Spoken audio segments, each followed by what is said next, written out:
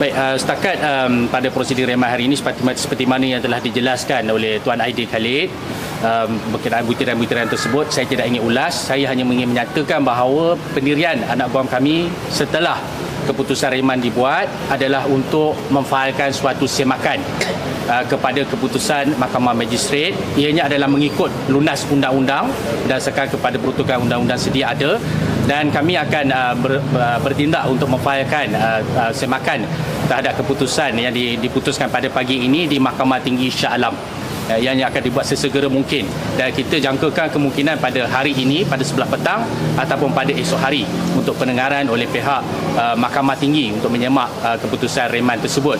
Yang keduanya adalah alasan atau asas kepada permohonan untuk semakan kami ini antara lain adalah untuk kami menyatakan bahawa peruntukan undang-undang jelas untuk mahkamah untuk tidak mempertimbang atau memunasabahkan penahanan reman yang dibuat oleh pihak polis, even ataupun walaupun tempoh penahanan reman diberikan 2 hari, ia tidak sepatutnya diberikan sehari sekalipun. Ia tidak sepatut diberikan kerana anak guam kami telah memberikan kerjasama penuh. Kesemua mereka telah menyerahkan diri mereka kepada pihak polis dan tidak ada sebarang keterangan yang anak guam menentang ataupun melarikan diri daripada pihak polis. Ini adalah kerjasama penuh dan sepatutnya dan sehendaknya pihak polis boleh memberikan suatu jaminan polis dan tidak ada keperluan untuk pihak polis menerus menahan reman anak guam kami. Itu saja setakat ini yang kami terima arahan daripada anak guam kami.